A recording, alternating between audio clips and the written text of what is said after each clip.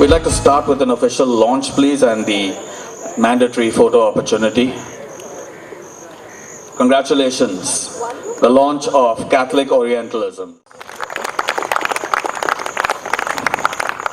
It is a privilege to have both Angela and Ines here. It's so rare that we get to see people who are dispersed across the globe in one place and where we can have a conversation about the book. And I'm sure there are many historians awaiting this with some anticipation. I'm not going to go over their prior publications except to say that Aiva Sao de Goa, which is Angela's earlier book, and Ines's Disputed Missions and Missionary Tropics really opened up this field for us. And many of us have actually learned from their prior work, which constantly throws out very provocative, a kind of provocative engagement with the history of Portuguese colonialism. And I'd like to talk about, just for a brief, a few minutes before I hand it over to the two authors, I'd like to talk about why this work is important for anyone interested in the history of Goa or Portuguese colonialism, and why this book has been much awaited by me and by others. Angela and Ines have given us histories of the 16th and 18th century that have expanded our knowledge and our understanding of Portuguese colonialism beyond just the trade interests of the Portuguese Empire. And by exploring how both the Portuguese state and various kinds of missionaries interpreted their encounter with South Asia, and by actually laying out their categories of understanding, they've actually allowed us to understand the social history of these centuries, which was otherwise buried. It also, I think, for the history of Goa, has allowed us to see and understand how strategies of resistance or of negotiation or of mobility have actually occurred within the structures of colonial power and not completely outside of it. And it really requires us, most of us, I for instance, was raised in Bombay, and I'm really schooled in an understanding of British colonial history. And it becomes quite a struggle then to situate Goan history within those frameworks, where your encounter with the colony is always to posit the colony as utterly different from you. And it's always very different. Anyone who's working with Portuguese colonialism will somehow sense that there's a difference. And I think Angela and Ines's work allows us to talk about that difference and gives us specific roots which actually open up that history. So while this is important, for the history of Goa, I think at a broader level, it actually challenges some of the dominant narratives about knowledge production in Europe. So it also, in a way, interferes with the way Europe tells its history of itself. And in particular, it interferes, I think, with the sort of Anglo-American perspective, which tends to dominate the history of knowledge production, whether about themselves or about their colonies. And this is something I think that both of them have been pointing out over time. They do it by each of them actually produces these very detailed histories of the encounter in the colonies. But I think this time they've decided to kind of stake a claim in the field. And I think the title itself, in a way, is a provocation. By calling it Catholic Orientalism, they've actually also taken on a theoretical field. It's easy, in a way, for historians to kind of hide behind their archives and say, look, I'm just going to give you a few facts, and I'm not actually saying anything, and I'm a simple historian. But it's much more useful for people who are reading it, whether they're students or whether they're researchers, to have someone come out and say, look, this is what I think. This is how I think the field was shaped.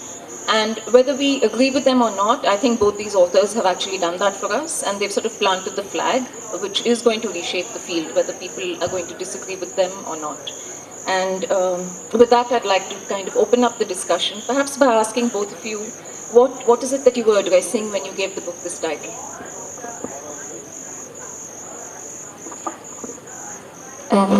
Okay, thank you, Rochelle, for your nice and probably too generous words about our work.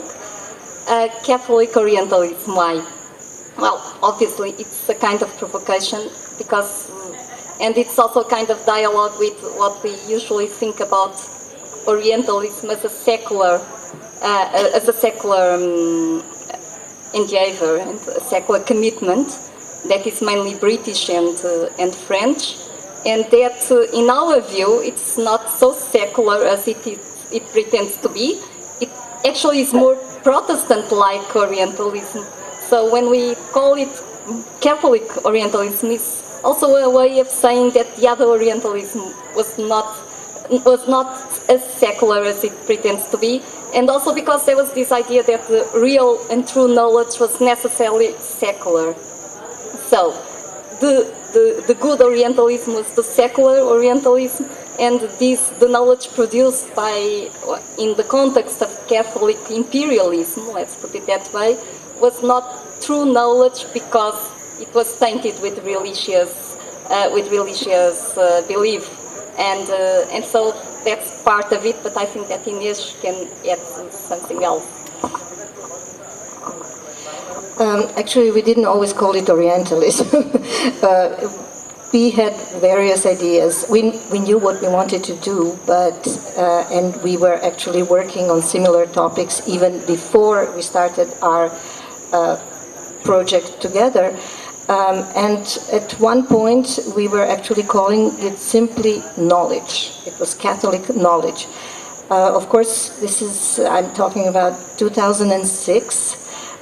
Orientalism as we knew it, refurbished. I mean, there are different meanings to the word Orientalism, starting probably from the 19th century, a kind of dispassionate and positivist, but also objective knowledge of Orient, India included. But with the publication of Edward Said's Orientalism in 1977, of course, the whole idea of Orientalism was as a dispassionate and objective knowledge was disturbed, seriously disturbed. But in 2006, the purchase of Said's intervention was going down. In a sense, it was not anymore very sexy to talk about Orientalism. So we were basically thinking whether we should use knowledge. We spoke to many people, and I think we want to thank them all for reading parts of our books. And at one point, we in fact thought the book would be called The Lost Knowledge, because Orientalism that we are talking about is not as it's monolithic, but there is no monolithic thing in the world anyway. Not in a monolith is monolithic, but it is compared to British Orientalism that presented itself as perfect knowledge and the only knowledge of India. Portuguese knowledge was always treated as something lacking, not even existent, somehow mixed with superstition, Catholic superstition, as Angela said. This kind of Protestant narrative made Portuguese intervention in knowledge factory, knowledge construction, kind of not as good as it should be. So for us, it was important to reclaim. I mean, we were not reclaiming it for anybody. We were just following the archives, and we were discovering this incredible amount of documents that have not been properly read. They were usually read diagonally, ransacked by different historians for different purposes, looking for prices of wheat, prices of gold, prices of this and that, or whatever they wanted to find, but they were never really approached as kind of artifact, as a real intention, will, desire to know, and to know in a particular way. And so our idea of the reason we finally gave it Catholic Orientalism, maybe it is a bit provocative to some, and maybe it doesn't fit the categories of Orientalism, neither Said's nor the traditional category of Orientalism, is because we really wanted to somehow open the discussion, to maybe make bridges to other discussions, not simply to impose. I think one of the bridges that you have in a sense tried to build is where you talk about, in the book you talk about how you're tracing a transition from the early modern to the modern, and you say, and not only the Western world.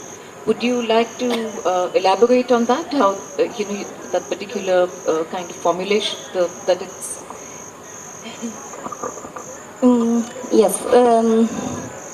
one of the traditional ideas precisely of this connection between knowledge and power and imperial power and Western imperial power is that you have the agents, the evil agents of Western powers that come and dominate and domesticate and grab the knowledge and somehow renew or refashion this knowledge in their own ways, and the colonized people are kind of passive agents in all these processes. One of our ideas, and it was not of our ideas, because this is a book very much based on research, and our research was showing that Indians were always present from the very first moment, either as different agents and actors of this own knowledge. In the beginning, with mainly as what we could call the native informants, the typical native informant, someone that the Portuguese were coping with Indians, and they needed translators and intermediaries to know better, and that figure that is also typical in the literature. Yes, it can be used to define certain type of agency of the Indians in the very first moments. But then we realized, and especially in what concerns the Goan experience, that these Indians just reshape themselves, not only as informants, but as agents of knowledge, and themselves were producing knowledge about Indian and writing books. In the beginning of 17th century, you have histories of Indian written by Goans, for example, and that's a real interesting thing. And they are written in Portuguese. It's true. They are written in the language of the conqueror, but and with many kind of structures, cognitive structures and rhetorics of the conqueror, but there is an intention on that, an intention of actually somehow overcoming the asymmetry between these two groups of people. I'm using between commas colonizers and colonized, because we don't use these words anymore just like that. But yes, and so this is well, I'm going to say something that is also very provocative, but with many commas. This is also, in the good and the bad sense, is also a co-production of knowledge. So many Indians helped the building of the Portuguese Empire. And even if namely the elites, even if today these elites or the heirs of these elites would not like to recognize it, I mean, I think that there is a kind of historical responsibility of Indian elites and Goan elites, certainly in what happened in these 500 years. Let me just add to this that we were often criticized by some of our colleagues, saying that we don't have enough indigenous sources. Well, indigenous sources are not easy to find. They are not easy to read. How many languages would we need to know in detail and perfectly in order to read them? But basically, there are not that many indigenous sources. Now, what am I talking about when I say indigenous sources? Well, people speaking back to the colonizer, people speaking back to missionaries. Now, I have done what I could to look at the texts that were often seen as not responding, but to the missionaries, to the Jesuit missionaries in particular in Tamil Nadu, the area of some of my expertise also. And these documents, these actually printed books, some of the first books printed in Tamil script, were done by Jesuit missionaries in 1578, 1579, 1580. And these books look like Flos Sanctorum, The Life of Saints, Catechism. So everybody was always reading those books and actually shelving them somewhere where they could rot as purely missionary European books. But if you look against the grain, if you read against the grain or between the lines, you can actually see all kinds of voices speaking out, responding, adapting, using the language, the ideas that were translated into Tamil in a particular way. Now for this you need a little bit of more of philology, you need a little bit more of also hard thinking and wanting to understand how Christian Catholic language in the 16th century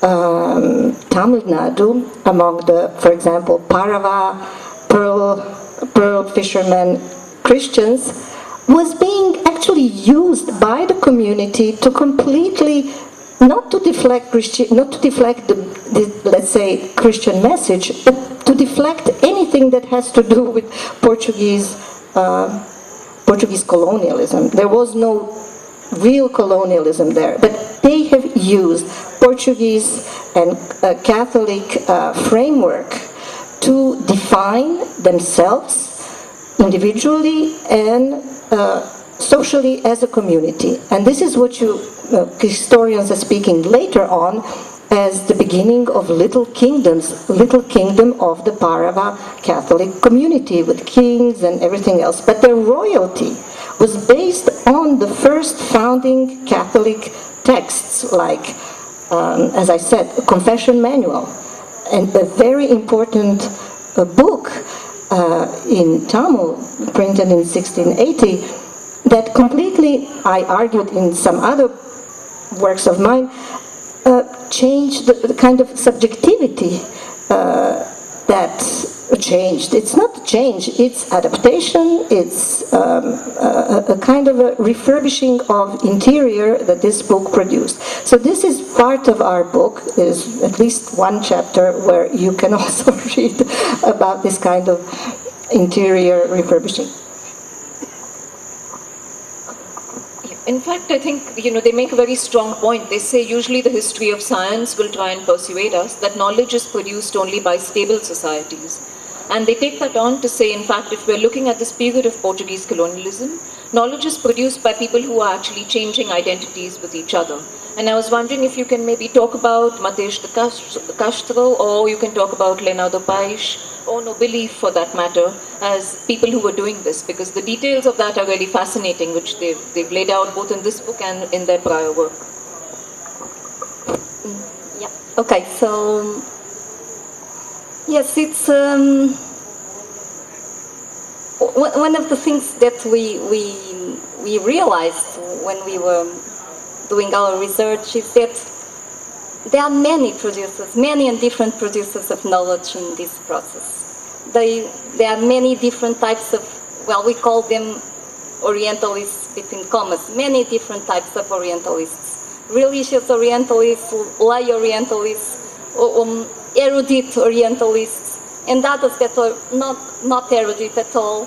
And then there were Indian Orientalists, clearly, and that learned in the Portuguese colleges and wanted to make their life and their career in the Portuguese imperial context. And Mateus de Castro is one of these guys, and this interesting story that we try to do with a parallel with a Hindu of Goa. That this is the period of conversion, and there are lots of tensions. But we have realized actually that against the grain again, even if there were forced conversions and all that stuff, Hindu communities in Goa tried to thrive through, to survive and to recover in the beginning of 17th century.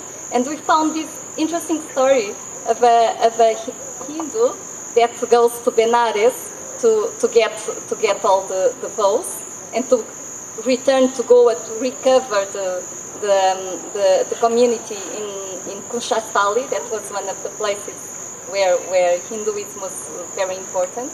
And in the same time, in the very same period, he was a Brahmin, another Brahmin, but that was Catholic, was going to Rome, that's the center of Catholicism, in order to be recognized also as a priest and then as a bishop, to convert Indians to Christianity. And this guy is also a producer of knowledge in many different ways, also because and that's a story that also appeared in our research, because there were many tensions among the local elites. And he was a Brahmin, and he was fighting for what? For building a narrative of Brahmanism in Goa.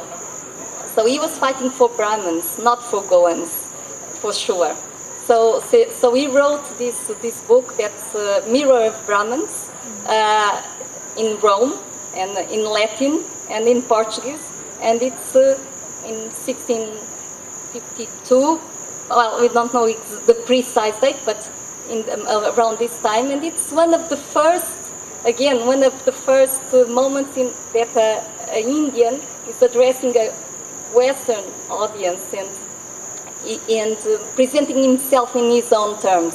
That's a topic that is very much debated by literature. Is who has the right to speak the history of Indians, etc. And Goans started to speak by themselves and trying to overcome the imperial constraints in that sense. So he's one of the guys. Leonardo Paes is another one, but I don't want to take all the time telling this story.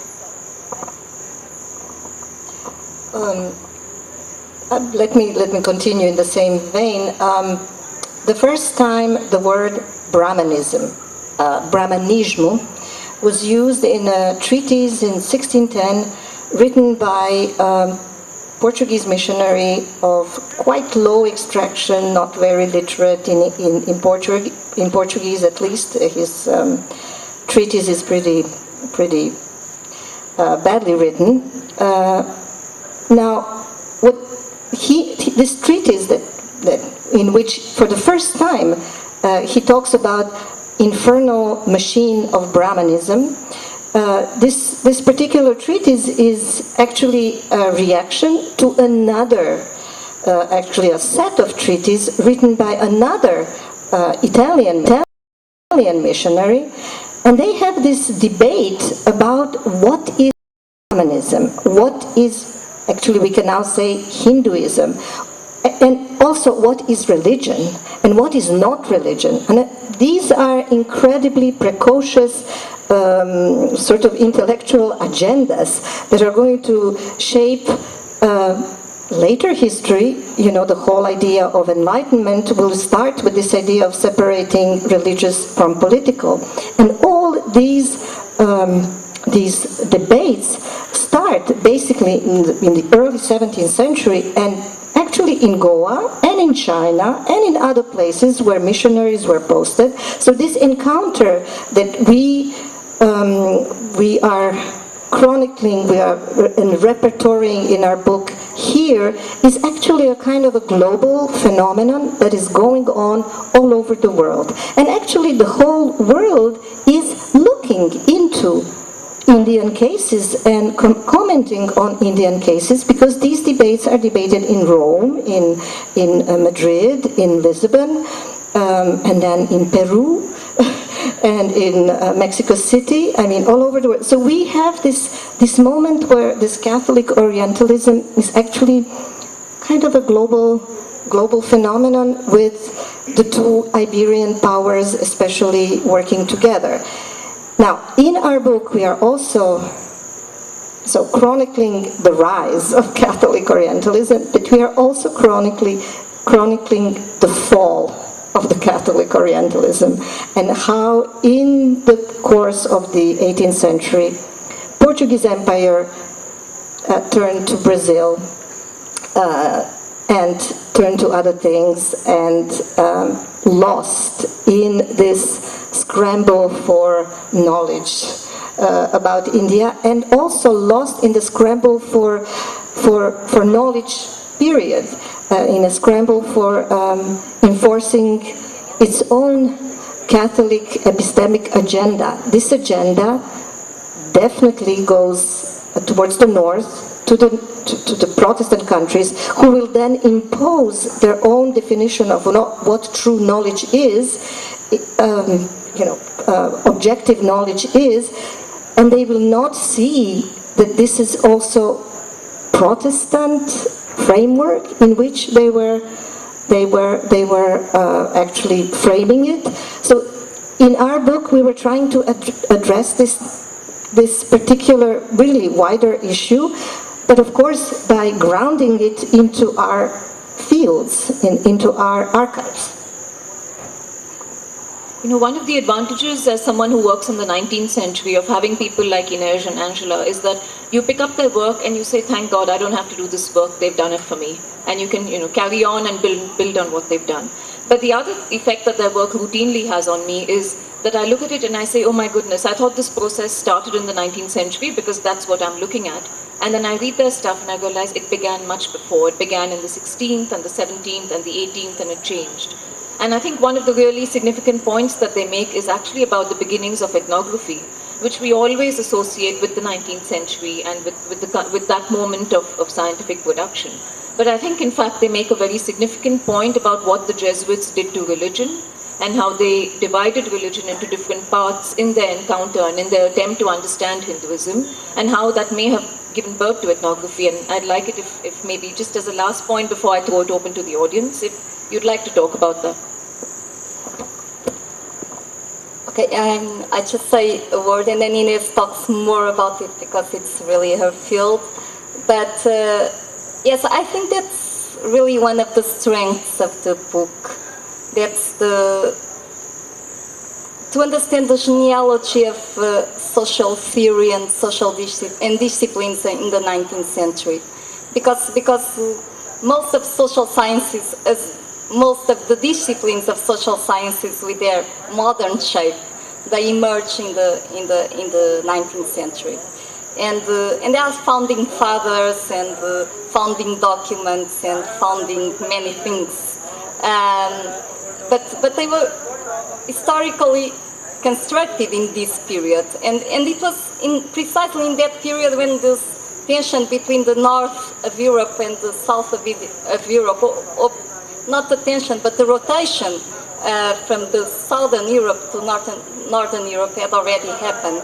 So these social sciences are mainly, the foundation of these social sciences is mainly a northern enterprise. And what we try to show, and I think that we convincingly show in what concerns certain things, is that this is a much longer story. And there is a very long story of it, and that story has somehow vanished. And one of our goals was precisely to recover these hidden archives, and because they really bring knowledge to what we already know about Indian history, precisely because they were not produced in the 19th century. Because in the 19th century these disciplines have strict protocols of production of knowledge. And when you are producing knowledge with less strict protocols, perhaps you just can get more descriptive knowledge and knowledge that can be closer. Now I'm going to be really very, how to say, careful, closer to reality, because that's something we never know how close to reality it is, but it's not so prescribed, and that's certainly one of the advantages of looking from that side before the story beginning. And the case of ethnography, I think, and the Jesuits, but not only, it's a good case. Actually, you would call it today, what we were really interested in, because we discovered it as we did our research, is what you would call today intertextuality, which you can also name as theft, basically.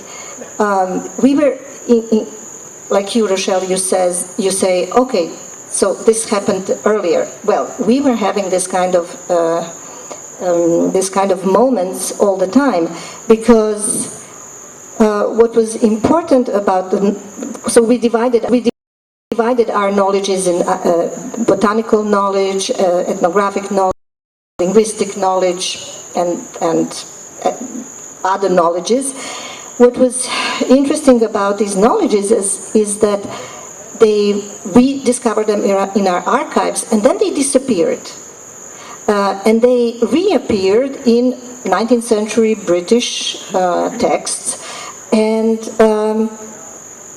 what happened in between? But in between, we tried to actually trace the way these early Portuguese or Italian or Spanish texts were used and intertextually used and inserted in other texts, in which the author obviously was not important, so they became anonymous. They may have been anonymous in the first place because they were not considered as something authorial, but they were anonymized in the process of production of this kind of British knowledge. So, just to give you one example, you have botanical knowledge. Of course, we know Horta. Garcia de Horta is relatively known, well known, especially today, since from at least 10 years ago, there's a kind of renewal of Hortian studies. It was less known before, but for example, Horta and then Cristóvão da Costa, other botanical authors, the descriptions of plants, of medication, of all kinds of, actually also ethnographic materials that they include, have disappeared for at least 100 or 200 years, only to reappear many years later in other documents. One of the documents, for example, in which this kind of knowledge reappeared, we cannot trace it word by word to Horta and to Cristóvão da Costa, appeared in Dutch Hortus Indicus Malabaricus, but in fact in between there are steps that we were trying to retrace how other missionaries, Discalced Carmelites, were also appropriating this kind of huge reserve of knowledge that was already there in those papers that the missionaries were sending each other, communicating. The missionaries were all fighting each other. Jesuits were fighting against Franciscans, against Discalced Carmelites, against the Capuchins. But when it came to the nitty-gritty everyday life, they actually did. They exchanged information. They needed it for their pastoral service, for their, and so all this kind of knowledge on the ground was seeping into through various channels towards. It was seeping into other texts, and these texts were then finally, when they were published under other people's names. So you have Dutch names, you have English names, but you have also Italian names in the late 18th century, when Italians under the Propaganda Fide, one of the ways they were doing their job, which is we can say Roman imperialism. When Roman imperialism was trying to do something in India, they were immediately publishing. Propaganda Fide was immediately hooked on the printing press, while all this other knowledge, of course we have to say that, was very often in manuscripts. So you have manuscript culture in which documents are easily flow from one place to another, but they can be easily also appropriated by other people, and once they are published, then the name is given to the one who published it, and this is where the Catholic knowledge sort of stops or disappears, or at least the type of knowledge that we were looking at. I'm now going to just throw this open to the audience in case you have a couple of questions.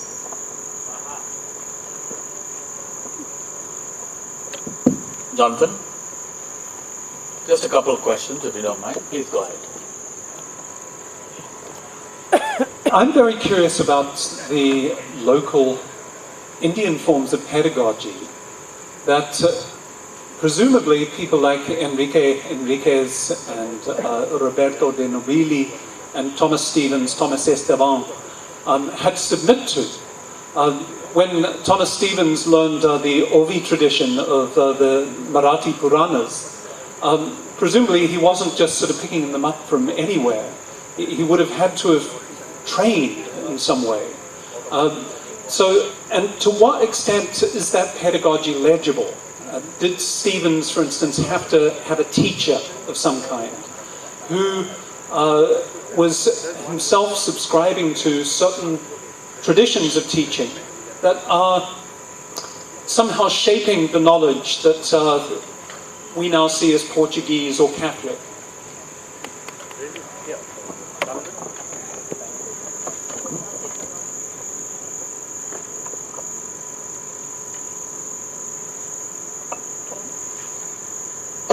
Yeah, for sure. This was a very interactive process. We know that missionaries constantly talk about their teachers. We don't know, for many of them, who were the teachers, what was the kind of interaction. For other cases, we know a lot. Ines has published a book on that, on the way how these interactions with Indian teachers were shaping the knowledge of missionaries. But all this story, the story of this, the knowledge gathered by these missionaries and their learning of the local languages and all these processes were in interaction in the setting that they had to learn. Obviously, they were not learning by themselves. But not only Jesuits, Franciscans, they had also their own teachers, and in their books they talk about this. They say, yes, we engage in discussions with Indian teachers, and it's true that we didn't do it because that is even a more complex history. But we even could really identify the philosophical schools and that some have selected or by chance engaged with, because of the type of descriptions they do of the Indian books, etc., or the books they select as being the Indian religious books. We can also access the type of schools they engage with. Every Orientalist, and here I'm talking about our Orientalists, quote unquote, and British Orientalists, and actually people who study Sanskrit today, I will say it might sound horrible, but they all have their munshis and their brahmins. There is always a native informant involved in this kind of knowledge. It is never just pure coming out of nowhere. This knowledge is coming out of somewhere. And for very different languages where missionaries, shall we say, attacked or loved also and tried to learn and learned actually sometimes incredibly well, there is a person or persons who taught them, their teachers. And very often actually names are present and there are some kind of, sometimes you have teachers who also converted to Catholicism, which makes things easier, maybe. But also there are quarrels between teachers and the missionaries go and sell their services to somebody else, another Jesuit who has a different idea. But basically they are there. We have their names. Mostly we have their names and their methods, the way they taught those people, of course, ended enshrined in these texts. So this is why in Tamil Nadu you have basically two types of missionary knowledge, two types of Tamil missionary texts. One, which is the Parava coast, where the informants were not Brahmin, and another one from the Madurai mission, where informants were always Brahmin. I mean, or preferably Brahmin. And of course, this is 17th century, 16th and 17th century, but in 18th century, with French missionaries, they will go for other type of missionary informants who were not Brahmin because, a long story, they wanted to avoid precisely the power of the Brahmin word and the power of the Brahmin type of explanation, and they were beginning to understand that they have to have a larger rainbow of informants in order to have what they said, true knowledge. So this is early 18th century, and you can already see that they were responding in a way to Enlightenment ideas that were already being shaped by various travelers and others about the Brahmins. Brahmins being not only priests of the Indians, but also bad priests. You know, superstitious priests, and priesthood and priests and religion is going to be denounced during the Enlightenment. So Brahmin will a bit lose their status as the best informants. They will be considered as lying. So yes, we have, this is all, we have tried to study this in our book as much as we can, and the languages that we together in common possess and can read. So it's there. Read it. Can we take one more question? Okay, one more question. It's a small one. Okay. Were there any Catholics that converted to Hinduism in this time? Ask the question so everyone can hear. Were there any Catholics who converted to Hinduism during this time? Thank you. Yes, several Catholics that converted to Hinduism, and also Catholics that, well, to Hinduism, what was the religion in India in this period, because Hinduism is also a concept that arises later. And there were Catholics that converted to Islam, for example. And yeah, there are lots of Portuguese that was just fleeing the Portuguese structures and settling in other principalities, and many times frequently converting to other religions. When yes. And just to make a longer chronology here, there are a lot of Catholics that converted to Protestantism. I guess Ines and Angela, because they're so jet lagged, will be happy to know that they're not going to be interrogated anymore. I would actually love to sit them down and thrash out the book. But thank you very much for what's been a very lively discussion. Thank you. We're going to wrap. Thank you.